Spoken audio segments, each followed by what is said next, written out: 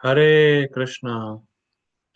तो हम लोग भक्ति वृक्ष कृष्ण सेवक लेवल को पढ़ रहे हैं। ये हमारा लेवल 2 है। हम लोगों ने श्रद्धावान लेवल पूरा कर लिया था। अब हम लोग कृष्ण सेवक लेवल 2 पर हैं। तो हम लोगों ने अभी तक लेवल 2 में री इनकारनेशन देखा, पुनर्जन्म। पुनर्जन्म यानी जो जीवात्मा है, जो हम लोग हैं, वो अलग अलग शरीर को प्राप्त करते हैं एक सर्टेन पीरियड ऑफ टाइम के बाद। और फिर हम लोगों ने देखा कि अलग अलग शरीर प्राप्त करने के पीछे का जो कॉज है, जो मुख्य कारण है, वो है हमारे किए गए कर्म। चाहे वो पुण्य हो सकते हैं, चाहे वो पाप हो सकते हैं। ठीक है। फिर हम लोगों ने कल देखा था कि चाहे पुण्य कर्म हो, चाहे पाप कर्म हो, इन दोनों का ही रिएक्शन आपको इस जगत में मिलेगा और आपको भोगना पड़ेगा, ना चाहते हुए भी। अगर आप चाहेंगे कि हमें, अगर हमने पुण्य किया है और पुण्य का फल हमें ना मिले, तो वो पॉसिबल नहीं है। हर कर्म का फल आपको मिलता ही है और आप उसमें बेबस हैं। आप कुछ कर नहीं सकते कि ऐसा मैंने ये कर्म किया है, मुझे इसका फल ना मिले, अगर वो पाप और पुण्य की कैटेगरी में है तो हम लोगों ने फिर ये देखा कि जब हम लोग पाप और पुण्य करेंगे, इन दोनों में से कोई भी कर्म करेंगे, तो उसका रिएक्शन हमें मिलेगा और हम इस जगत में ही रह जाएंगे। लेकिन हम इस जगत के हैं तो नहीं। जो हम लोग श्रद्धा वाले लेवल में पहले देख चुके हैं कि हम लोग शरीर नहीं, हम लोग आत्मा हैं। और हम लोग इस जगत के लिए हैं, इस जगत के लिए है ही नहीं। हम कल प्रभुपाद एग्जाम्पल दे रहे थे, जैसे कोई व्यक्ति है, उसकी नॉर्मल कंडीशन है हेल्दी रहना, स्वस्थ रहना। लेकिन अगर उसको कोई बीमारी होती है, तो बीमारी उसका, वो बीमारी में रहना किसी व्यक्ति का नॉर्मल नेचर नहीं है। हेल्दी रहना नॉर्मल नेचर है। तो वैसे ही हम सब इस जगत में हैं तो हम बीमार हैं। हमें ये बाहरी शरीर या ये स्थूल शरीर या भौतिक शरीर मिला है, तो इसका मतलब हम बीमार हैं, हम बीमारी में हैं। तो बीमार बीमार रहना, बीमारी में रहना, ये कोई एक अच्छी बात नहीं है और ये कोई बुद्धिमत्ता नहीं है। बीमारी से ठीक होना ये एक अच्छी बात है, या एक वो नॉर्मल कंडीशन है। तो आज हम लोग वही इसी बात पे चर्चा करेंगे, इसी टॉपिक को लेकर चर्चा करेंगे कि कैसे हम इस जगत से मुक्त हो सकते हैं। क्योंकि ये देखिए, अगर कोई ये बात कह सकता है कि जैसे अगर मान लीजिए कोई ये बोले कि ठीक है, हम कोई भी कर्म करते हैं तो उसका रिएक्शन आता है। चाहे पुण्य करेंगे, चाहे हम पाप करेंगे, तो उसका रिएक्शन आएगा। हम मतलब हम कोई भी कर्म करेंगे, उसका रिएक्शन आएगा। तो क्यों ना ऐसा किया जाए, हम कर्म ही ना करें, हम कुछ करें ही ना। अगर कुछ करेंगे नहीं तो कोई रिएक्शन नहीं आएगा। मान लीजिए कोई ऐसा बोले और ऐसा तर्क दे कि भाई देखिए, कर्म करने से हम इस जगत में बंध रहे हैं, और कर्म किए थे तो हमें अलग अलग शरीर मिल रहे हैं कंटिन्यूअसली। तो क्यों ना ऐसा करे, कर्म ही नहीं करते हैं, कुछ करते ही नहीं। तो ये सॉल्यूशन नहीं है कि कुछ नहीं करते हैं। जैसे आप पेंसिल से पेंसिल को नहीं मिटा सकते, समझ रहे हैं? जैसे पेंसिल से कुछ आपने गलत लिख दिया है, तो उसको पेंसिल से ही आप मिटा नहीं सकते। वो आप काट देंगे, कुछ कर देंगे तो गंदा हो जाएगा, लेकिन आप उसको साफ नहीं कर पाएंगे पेंसिल से ही। तो वैसे ही आप कर्म को कर्म ना करने से नहीं काट सकते, क्योंकि कुछ करेंगे नहीं। और पहली बात तो ये है कि भगवान गीता में बोलते हैं 3रे अध्याय में, आ, क्या है, ना ही कश्य क्षणमपि जातु कर्म, जातु कर्म, ऐसे करके श्लोक है। ना ही कश्य क्षणमपि जातु तिष्ठत कर्म कृत। कि कोई भी व्यक्ति बिना कर्म किए एक क्षण भी नहीं रह सकता। ना ही कश्य क्षणमपि, एक क्षण भी कोई व्यक्ति कर्म किए बिना रह नहीं सकता। बिकॉज हम सोल हैं, हम जीवात्मा, जीवात्मा एक्टिव रहता है। तो ये बोल देना कि हम कुछ नहीं करेंगे तो हम कर्मों से मुक्त हो जाएंगे, ये सॉल्यूशन नहीं है। इसका एक सॉल्यूशन ये है कि हम ऐसे कर्म करें जिसका कोई रिएक्शन आता ही ना हो, यानी कर्मा फ्री एक्टिविटीज करना चाहिए। तो हम लोग इसके बारे में आज चर्चा करेंगे, कैसे हम कर्म करते हुए भी नहीं बंधेंगे, और कर्म करते हुए भी जो बंधन है उसको हम खोल देंगे। इसको बोलते हैं कर्म सुकौशलम, कर्म कुशलता बोलते हैं इसको, भगवान गीता में बोलते हैं कि आप ऐसे कार्य करो कि जो आपके बंधन थे कर्मों की ही वजह से, वो मुक्त हो जाएंगे, और आप इस जगह से पार भी हो जाओगे। तो हम कर्मा फ्री एक्टिविटीज, या कह लीजिए कर्म की कुशलता को, कर्म कैसे करने चाहिए और कौन से करने चाहिए, आज हम ये सीखने वाले हैं। ठीक है। तो कुछ पॉइंट्स हैं, हम लोग वो पढ़ेंगे पहले, और फिर उसके बाद हम लोग आज प्रभुपाद जी के भी जो उन्होंने लिखा है लेक्चर, वो भी पढ़ने वाले हैं। तो जैसा मैंने बताया, पहली चीज कि कोई भी व्यक्ति बिना कर्म किए रह नहीं सकता, बिकॉज जीव आत्मा एक्टिव होती है। देखिए, अगर आप कहते हैं कि मैं कोई कर्म नहीं करूंगा, तो खाली बैठना या कुछ नहीं करना भी तो एक करना है। भाई देखिए, जैसे मान लीजिए कोई व्यक्ति बोले हम कुछ नहीं करेंगे, तो बैठा रहेगा, तो बैठे रहना भी एक क्रिया हो गई। चलिए, सो जाएगा, तो सोने की भी क्रिया हो गई। ठीक है, भले ही वो शरीर से कुछ ना करे, पर मन तो हमेशा एक्टिव रहता है, कुछ ना कुछ सोचता रहेगा। तो कुछ सोचना भी तो एक क्रिया है, सोचना भी तो एक कार्य है। तो आप किसी भी एंगल से कार्य बंद नहीं कर सकते, अपना कुछ भी नहीं करेंगे, पॉसिबल नहीं है जीवात्मा के लिए। क्योंकि अगर जीवात्मा कोई भी कार्य नहीं करे, उसका कार्य बंद हो जाए, तो फिर वो जीव नहीं, वो जड़ हो जाएगा। ये भी डिफरेंस आपको समझना है। जैसे कोई व्यक्ति मर जाता है, जब जीवात्मा शरीर से निकलता है, तो उसका शरीर एक तरीके से मृत है, शरीर कुछ कर नहीं रहा है, पड़ा है, ना सोच रहा है ना कुछ कर रहा है। तो जब आप, अगर आप कहते हैं हम कुछ भी नहीं करेंगे, तो फिर आप मृत हो जाएंगे, आप जड़ हो जाएंगे, जो कि पॉसिबल नहीं है। ठीक है। अब तीन प्रकार के कर्म बताए गए हैं, तीन प्रकार के क्रियाएं बताई गई हैं। एक होता है कर्म, जो कि नॉर्मल है। एक होता है विकर्म, और एक होता है अकर्म। तो तीन प्रकार के कर्म भगवान गीता के चौथे अध्याय में बताए हैं। और भगवान ये बोले हैं, कर्मणो अपि बोद्धव्यम, अकर्मणो अपि बोद्धव्यम, विकर्मणो अपि बोद्धव्यम। भगवान गीता में बताए हैं अर्जुन को कि हे अर्जुन, कर्म को भी समझो, अकर्म को भी समझो, विकर्म को भी समझो। इन तीनों को समझो, क्योंकि अगर तीनों को समझोगे तब तुम डिसाइड कर पाओगे तुम्हें करना क्या है। तो मैं आपको बताता हूँ तीनों तीनों की क्या चीज है। तो कर्म जो होता है, कर्म एक सिंपल कर्म होता है। कर्म मतलब आप जब शास्त्रों के नियमों के हिसाब से कोई कार्य करते हो, बेसिकली आप अपनी इच्छा को पूरी करने के लिए शास्त्रों का प्रयोग करते हो, उसको कर्म बोलते हैं। जैसे मान लीजिए किसी व्यक्ति को संतान चाहिए, तो जैसे शास्त्रों में कोई विधि विधान लिखा है कि इसकी पूजा करो, उसकी पूजा करो, तो आपको संतान होगा, तो वो कार्य करना, वो कर्म है। विकर्म होता है जो आप शास्त्र के विरुद्ध करते हैं, उसको बोलते हैं उग्र कर्म।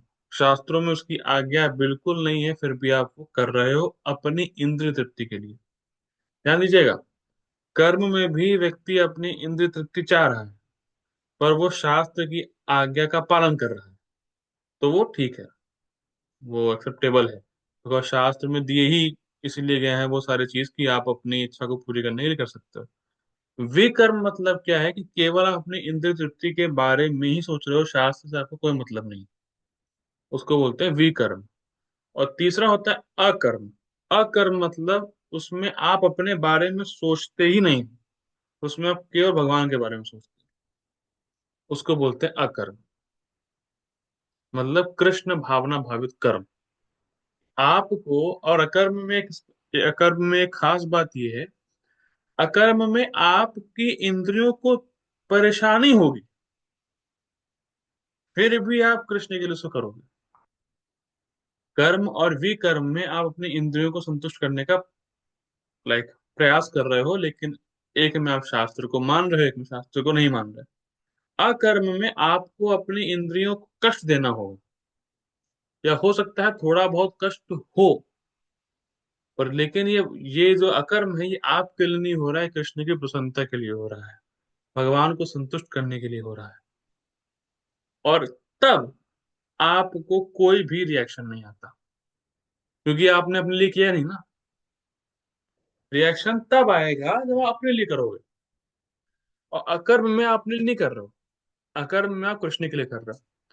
जैसे व्यक्ति सुबह सुबह नाम जप करने के लिए उठता है, सुबह उठना ये कष्ट है इंद्रियों के लिए, पर फिर भी हम उस कष्ट को उठाएंगे, क्योंकि उससे कृष्ण प्रसन्न होते हैं, गुरु प्रसन्न होते हैं, तो उसका रिएक्शन नहीं आता। तो जो भी आप कर्म कृष्ण के लिए करते हो, या जो भी आप कर्म कृष्ण से जोड़ देते हो, ये भी एक मतलब है, अर्थ है। मान लीजिए कोई व्यक्ति पैसा कमा रहा है, और पैसा कमा रहा है और जो पैसा आ रहा है उसको कृष्ण को दान दे रहा है, तो उसका पैसा कमाना भी एक तरीके से अकर्म हो गया है, तो कोई रिएक्शन नहीं आएगा उसका।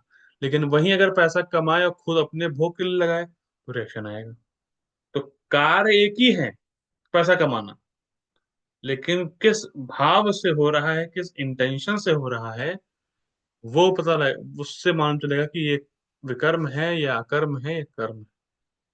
ठीक है, तो हमें ऐसे कर्म करने हैं जो भगवान से जुड़े हुए हों, या भगवान से जोड़ के कर्म करना है, तो उसका कोई रिएक्शन नहीं आएगा। और जो रिएक्शन आने भी वाले हैं, जो बंधन आपको लगा भी हुआ है, उससे भी आप मुक्त हो जाएंगे।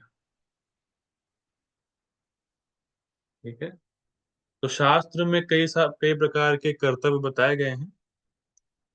वर्णाश्रम जो हम जानते हैं, ब्राह्मण के लिए प्रिस्क्राइब्ड कर्म है, क्षत्रिय के लिए है, वैश्य के लिए है, शूद्र के लिए है, तो उसको करना भी, उसको भी करेंगे तो कोई रिएक्शन नहीं आएगा।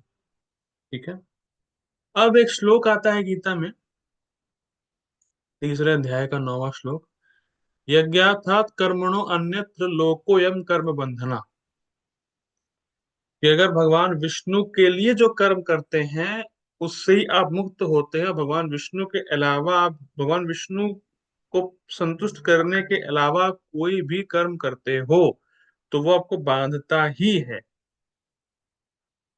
यज्ञ अर्थात कर्मणो अन्यत्र, अगर आपने यज्ञ अर्थ मतलब भगवान के अर्थ के लिए, भगवान को संतुष्ट करने के लिए कर्म नहीं किया, अन्यत्र उसके अलावा करा, तो लोकोयम कर्म बंधना, तो वो आपको इस जगत के कर्म बंधन में फांस देगा। तो हमें यज्ञ करना है। यज्ञ मतलब होता है भगवान कृष्ण के लिए किया गया कर्म। और यज्ञ का मतलब केवल वो आग में घी डालना और आहुति डालना नहीं होता। अगर आप जॉब पे जा रहे हैं तो वो भी यज्ञ हो सकता है, अगर आपने भगवान कृष्ण को उसमें जोड़ दिया तो, भगवान विष्णु को अगर आपने उसमें जोड़ दिया तो। या आपकी जो डेली, जैसे आप खाना बना रहे हैं, तो अगर आप खाना बना रहे हैं और कृष्ण को ऑफर कर रहे हैं तो वो भी यज्ञ है। कुल मिला के बात यह है कि आप किसी भी वर्ण व्यवस्था में रहें, चाहे ब्रह्मचारी हो, चाहे सन्यासी हो, चाहे गृहस्थ हो, चाहे ब्राह्मण हो, चाहे शूद्र हो, चाहे कुछ भी हो, अगर आपने अपने सारे कर्तव्यों को जो आपके वर्ण व्यवस्था के लिए हैं, अगर आपने उसको भगवान से जोड़ दिया, बस, तब वो सब कुछ यज्ञ हो जाएगा। और ये एक बहुत बड़ी आर्ट है कि अपने कर्मों को भगवान से जोड़ना, ये सबको मालूम होना चाहिए। ये बहुत बड़ी कला है कि अपने सारे कार्यों को भगवान से जोड़ना। और जो ऐसा करने में सफल है, तो उसको कोई भी बंधन नहीं लगेगा, और वो भगवान की तरफ जा रहा है, और वो इस जगत से मुक्त हो रहा है। और कैसे अपने सारे कर्मों को भगवान से जोड़ना है, ये आपको सिखाते हैं, ये कला आपको सिखाते हैं प्रामाणिक गुरु। तो उनके शरणागत जब आप होंगे, तद विद्धि प्रणिपातेन परिप्रश्नेन सेवया उपदिशन्ति ते ज्ञानम ज्ञानिनः तत्वदर्शिनः। तो जब आप प्रणिपात होंगे गुरु के, सरेंडर होंगे गुरु को, तब वो आपको एक कला सिखाएंगे। ठीक है, तो बेसिकली सार बात क्या है, एसेंस क्या है? एसेंस यही है कि जो भी सारी क्रिया आप करते हैं अपनी डेली लाइफ में, वो आपको भगवान विष्णु से जोड़ना है, भगवान कृष्ण से जोड़ना है, उनकी प्रसन्नता के लिए करना है, तब आप मुक्त हो जाएंगे। ठीक है, तो अब ये हम लोगों ने सारे पॉइंट्स देख लिए, सार देख लिया क्या है क्या नहीं है। अब हम लोग प्रभुपाद जी के एक लेक्चर को पढ़ेंगे। अब जो है हम लोग पढ़ते हैं।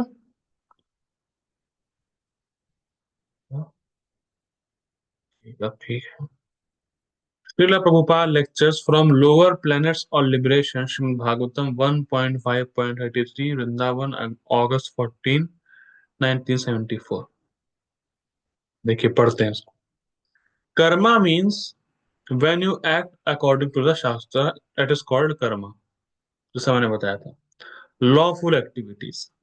The lawful activities is very good, but unlawful activities you are punishable. So the business of sense gratification is unlawful activities. You cannot gratify your senses more than necessity. Everywhere that is the stringent laws of nature. Devi hi esha gudmayi mam maya duratteya. You cannot surpass it. Duratteya. If you surpass, then you will be punished. There is simultaneous law of nature. The example is that you can eat, say, for 4 ounce or 8 ounce food stuff. If you eat 10 ounce, then there will be suffering. Indigestion. You cannot eat. There will be dysentery. So many things. That is nature's law. So people are becoming entangled in karma. Yajna sa karma. One should work for yajna for Krishna. जैसा मैंने बताया. That is the Krishna. But they are not doing that. They are doing for sense gratification. ये पचन्ति आत्म कारणात् भुजते थे तो कम पापम ये पचन्ते आत्म कारणात्। It is stated in Bhagavad Gita, if you live only for sense gratification, then you become entangled in the law of karma. तो ये बात बहुत इंपॉर्टेंट है कि आपको अपने, जैसे मैंने वही बताया ना, अगर आप इंद्रिय तृप्ति के लिए कार्य करेंगे तो भले ही वो आप शास्त्र के अकॉर्डिंग करेंगे तो भी आपको बांधेगा वो, आप माया में बंध जाओगे। अगर आप भी कर्म कर रहे हो तो भी बंद होगे। तो सेंस ग्रेटिफिकेशन के लिए कार्य करना, ये है ही इन डिक्शनरी में। अपनी डिक्शनरी से निकाल दीजिए कि हमें अपने इंद्र तृप्ति के लिए कार्य करना है। जो बेयर मिनिमम है, जो बेसिक नीड्स है, वो पूरी करनी है, और बहुत इंद्र तृप्ति में लगना नहीं है, वरना आप इस जगत के ही रह जाओगे, इस जेल के रह जाओगे, हमेशा कैदी ही बने रहोगे। ठीक। So here it is suggested that अमयो यश्च भूतानाम। In the previous verse, Narad said, Karma Brahmani Bhavitam. Karma, your activities should be dovetailed in the matter of satisfying the Supreme Lord. ठीक है, सब भगवान से जोड़ना है हमें. That is the way of devotional service. But how karma can be engaged? कैसे हम लगा सकते हैं अपने सारे कर्मों को कृष्ण में? That is prescribed in this verse. That amayo yascha bhutanam jayate yena suvrata. You get disease. Suppose you have taken too much milk and you become diseased, dysentery, could not digest. Have taken too much sweet rice or rabdi, so there is dysentery. That must be there. Too much eating will cause. So amaya. Amaya means mucus or disease. So there is mucus. Yascha bhutanam, due to eating too much milk preparation. तद एव ही अमयम द्रव्यम न पुनः चिकित्सितम, so cannot be cured even by that milk preparation. The same milk preparation which has caused your mucus disease, it can be cured by the same milk preparation, चिकित्सितम, but it should be medically treated, the same milk. प्रपात यहाँ बता रहे हैं, जैसे मान लीजिए आप बहुत ज्यादा दूध खा लें, दूध माफ कीजिएगा, बहुत दूध पी लें, बहुत दूध से बनी हुई चीज रबड़ी खा लें, या खीर खा लें बहुत ज्यादा, तो आपको बीमारी हो जाएगी, मतलब आपका पेट खराब हो जाएगा, लूज मोशन हो जाएंगे। लेकिन वही दूध सही आप ठीक होंगे, लेकिन उसको एक तरीके से यूज करने से आप ठीक होंगे। उसी दूध से ही ठीक होंगे, लेकिन एक मेडिकल वे, मतलब एक तरीके से। तो वैसे ही हम जो संसार में कर्म करते हैं अपनी इंद्रिय तृप्ति के लिए, उससे हम बंधते हैं, लेकिन कर्म करने से ही हम मुक्त भी होंगे, पर कर्म करने का तरीका मालूम होना चाहिए, ये कहा जा रहा है। ठीक है। The milk is the cause of your dysentery, but the same milk when it is medically treated can cure it. This is the secret. How? One milk preparation. Milk is the origin. Rabdi. You take too much and there is dysentery. And chikisitam. The same milk converted into yogurt and little black pepper, little salt and lime. It will cure. दूध से दही बना दिया, उससे एक तरीका follow किया, आपका पेट ठीक हो गया, और दूध से ही आपका पेट खराब हुआ था। तो इंद्रिय तृप्ति वाले कर्मों से हम बंधेंगे, और भगवान से जुड़े हुए कर्मों से हम मुक्त होंगे। तो दोनों केस में कर्म है, पर दोनों कंडीशन में कर्म करने का तरीका वो अलग अलग है। ठीक है, ये बात है। So one way you become disease and the other way you become cured, but the preparation is the same milk. Similarly, our activities in this material world with these material elements, when we violate the laws, we become entangled. But the same material activities, when it is turned into Krishna Prasadam, dovetailed with Krishna for hearing and chanting Hare Krishna Mahamantra. What are we doing? We are also doing the same thing. देखिए, इस जगत में आप कुछ बोलते हैं, आप कुछ सुनते हैं, ठीक। पर अगर आप भगवान के बारे में सुनेंगे, भगवान के बारे में बोलेंगे, वही सेम चीज बोलना सुनना, जगत में बोलेंगे सुनेंगे बंधेंगे, कृष्ण के बारे में बोलेंगे सुनेंगे मुक्त होंगे। खाना खाते हैं, बाहर बिना प्रसाद, मतलब बिना कृष्ण को ऑफर वाले खाना खाइए बंधेंगे, कृष्ण को ऑफर वाला खाना खाइए मुक्त होंगे। खाना वही सेम, तो यही बात बोली जा रही है। ठीक है। We are also doing the same thing. Here is the temple. What is this temple? The same ingredients, the same cement, same brick, same stone, same workers, same plan as the skyscraper. But what is the difference? Because it is chikitsitam, it is for Krishna. You spoil your energy by the same purchase amount, by the same purchase of cement, bricks, and other things for sense gratification, a theater hall, a dancing hall. The same energy is spent for dancing for Krishna. The same hall, you become liberated. आप घर बनाओ, same ingredients use होगा। Temple बनाओ, same ingredients use होगा। Temple जाओगे मुक्त होगे, घर में रहोगे बंद होगे। चीजें सेम। ठीक है। By one dancing hall you go to hell, and by other dancing hall you become liberated. This is the secret. ठीक है। तो आई होप आप लोगों को समझ में आया होगा कि कर्मा फ्री एक्टिविटीज क्या है, और तो कैसे करनी है। प्रभुपाद जी के सुंदर लेक्चर से और क्लियर हुआ होगा। तो आज हम लोग यहीं रुकते हैं। जय गुरु शिल प्रभुपाद की जय। कुछ पूछना हो तो आप पूछ सकते हैं।